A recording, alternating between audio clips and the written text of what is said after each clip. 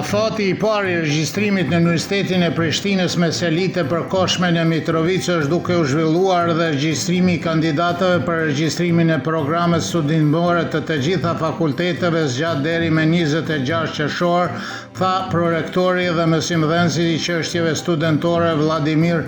Boronjashevich. Ai shtoi se këtë vit janë planifikuar gjithsej 1802 vende për student vitit e parë, nga të cilët 1172 janë buxhetuar, kurse 630 janë të vetfinancuar, dhe theksoi se Universiteti mirëpret brezin e ri të studentëve të gatshëm me staf mësimdhënëse profesional dhe kushte që mundsojnë studim dhe jetë studentore cilësore. Nën sekretari I përgjithshëm I Kombeve të Bashkuara për operacionet paqëruese Jean-Pierre Lacroix, së bashku me përfaqësuesin special të sekretarit të përgjithshëm Peter Dua, zhvillua një takim me kryeministrin e mandatin teknik Albin Kurti dhe zëvendësministrin e parë dhe ministrin e punëve të jashtme dhe diasporës në mandatin teknik Lau Konjufsa. Gjatë vizitës së tyre në Prishtinë, Lacroix u takua edhe me përfaqësues të komunitetit diplomatik dhe organizatave ndërkombëtare. Si thuhet në njoftim për shtyp të UNMIK-ut, gjatë bisedimeve u theksuan përpjekjet dhe progresi I deritashëm, si dhe rëndësia e dialogut dhe bashkëpunimit të vazhdueshëm. Kryeministri I Kosovës në mandatin teknik dhe udhëheqësi I vetëvendosjes Albin Kurti njoftoi se partia e tij do të fillojë komunikimin me parti tjera menjëherë pasi Komisioni Qendror I Zgjedhjeve të konfirmojë rezultatet e zgjedhjeve. Siç u tha më parë zëdhënësi I Komisionit Qendror Zgjedhor Valmir Alezi, që të shpallën rezultatet përfundimtare të zgjedhjeve, vendimet e panelit zgjedhor për ankesa dhe parashtresa duhet të bëhen në formë së prerë. Dje paneli mori vendim për të hedhur poshtë ankesat e kandidatëve të Partisë Demokratike të Kosovës, por ata kanë të drejtë të ankohen në Gjykatën Supreme brenda 48 orëve.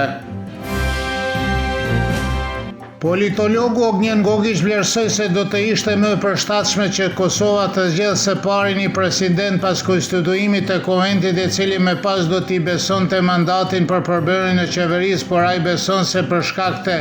mundësisë të ulët të arritjes së një marrëveshje është më e rëndësishme që Kosova të ketë një qeveri, qoftë edhe përkohësisht, se sa të mbetet pa qeveri dhe pa president. Drejtori I programit të Qendrës për përfaqësimin e kulturës demokratike në Mitrovicën e Veriut, Aleksandar Rapajić, beson se lëvizja vendvendosje, nëse dëshiron të zgjedhë një president, do të propozojë një person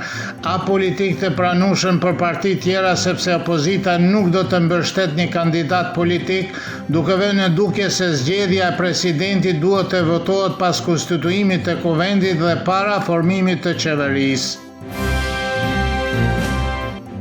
Analisti politik Nejmedin Spaheu beson se Albin Kurti do të shfrytëzojë afatin 60 ditor për zgjedhjen e presidentit të Kosovës pas konstituimit të parlamentit, në mënyrë që Albulena Haxhiu të mbetet në pozicionin e presidentit në detyrë,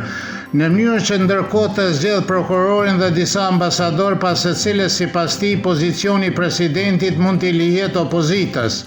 Profesori së drejtës kushtetuese Mazlum Baraliu megjithatë beson se zgjedhja e presidentit duhet të jetë prioritet pas konstituimit të Koventit, duke paralajmëruar se Kosova do të shkojë në zgjedhje të reja nëse kreu I shtetit nuk zgjidhet brenda 60 ditëve. Ai kujtoi se Kushtetuta e Kosovës përcakton qartë se mandati për përbërjen e qeverisë I jep presidenti I zgjedhur, jo presidenti në detyrë.